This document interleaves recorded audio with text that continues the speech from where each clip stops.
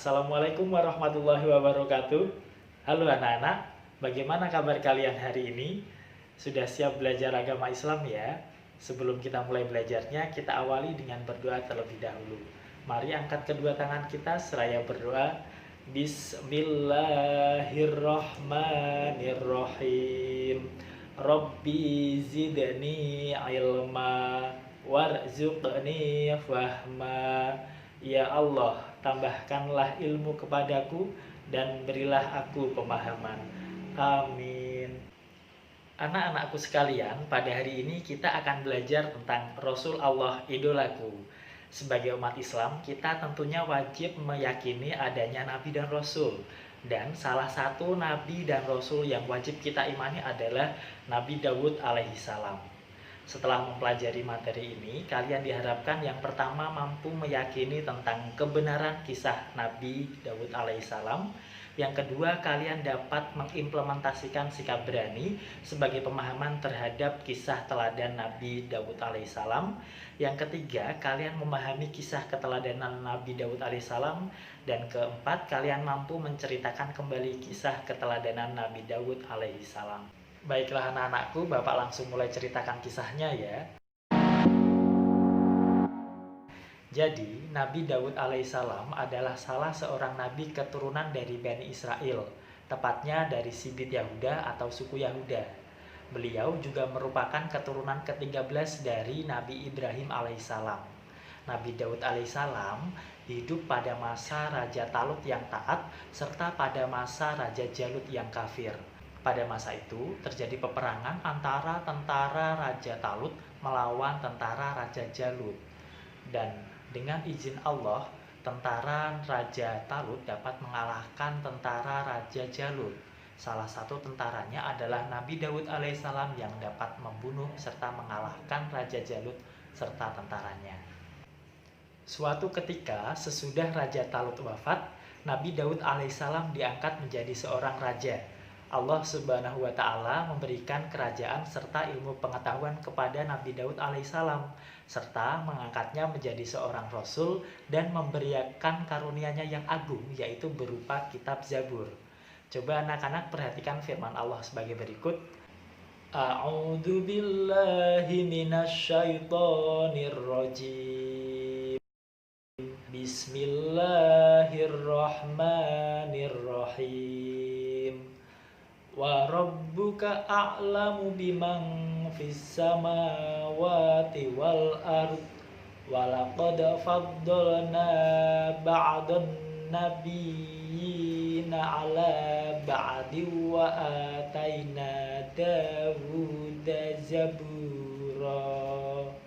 Quran surat Al-Isra ayat 55 yang artinya, dan Tuhanmu lebih mengetahui siapa yang ada di langit dan di bumi, dan sesungguhnya telah kami lebihkan sebagian nabi-nabi itu di atas sebagian yang lain, dan kami berikan Zabur kepada Daud.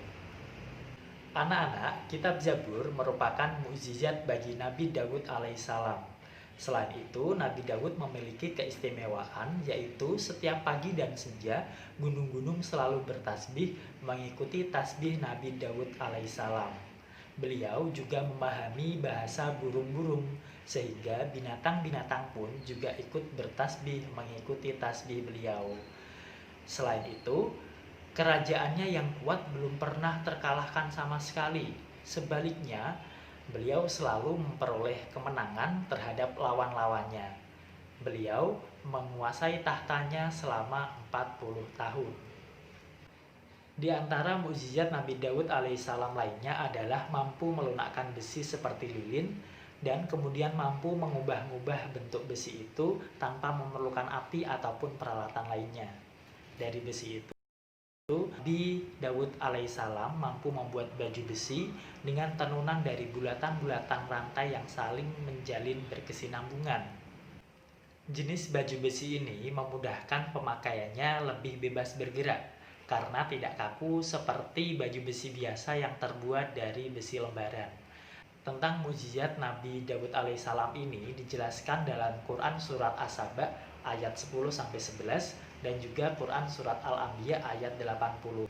Allah Subhanahu wa Ta'ala memberikan mukjizat kepada Nabi Daud ini agar dapat melindungi bala tentaranya dari serangan-serangan musuh. Nabi Daud alaihissalam adalah seorang nabi yang amat taat kepada Allah. Beliau mempunyai kekuatan di dalam beribadah, terutama sholat malam dan berpuasa separuh tahun, yaitu dengan cara sehari berpuasa, sehari berbuka, berselang-seling, serta banyak beramal soleh. Keberaniannya juga sangat luar biasa. Beliau tidak lari ketika berhadapan dengan musuh-musuhnya. Keistimewaan Nabi Daud alaihissalam lainnya adalah beliau mempunyai suara yang sangat merdu dan tidak ada bandingannya dari zaman dahulu hingga sekarang. Apabila Nabi Daud alaihissalam bernyanyi melakukan isi kitab Zabur, maka gunung-gunung dan burung-burung pun ikut bertasbih mengikuti Nabi Daud alaihissalam. Baiklah anak-anak semua, itu tadi adalah cerita singkat tentang kisah keteladanan Nabi Daud alaihissalam. Pelajaran yang dapat kita petik bersama adalah yang pertama, Nabi Daud alaihissalam menerima kitab Zabur. Yang kedua, Nabi Daud alaihissalam selalu bertasbih kepada Allah Subhanahu wa Ta'ala. Yang ketiga, Nabi Daud alaihissalam pencipta baju besi. Yang keempat, Nabi Daud alaihissalam mempunyai suara yang merdu.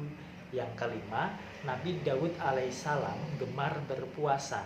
Dan yang keenam, Nabi Daud alaihissalam sangat berani dalam menumpas kejahatan. Semoga kita semua dapat meneladani kisah Nabi Daud alaihissalam tersebut, dan anak-anak selalu rajin belajar, berdoa, mengaji, serta selalu taat dalam beribadah. Wassalamualaikum warahmatullahi wabarakatuh.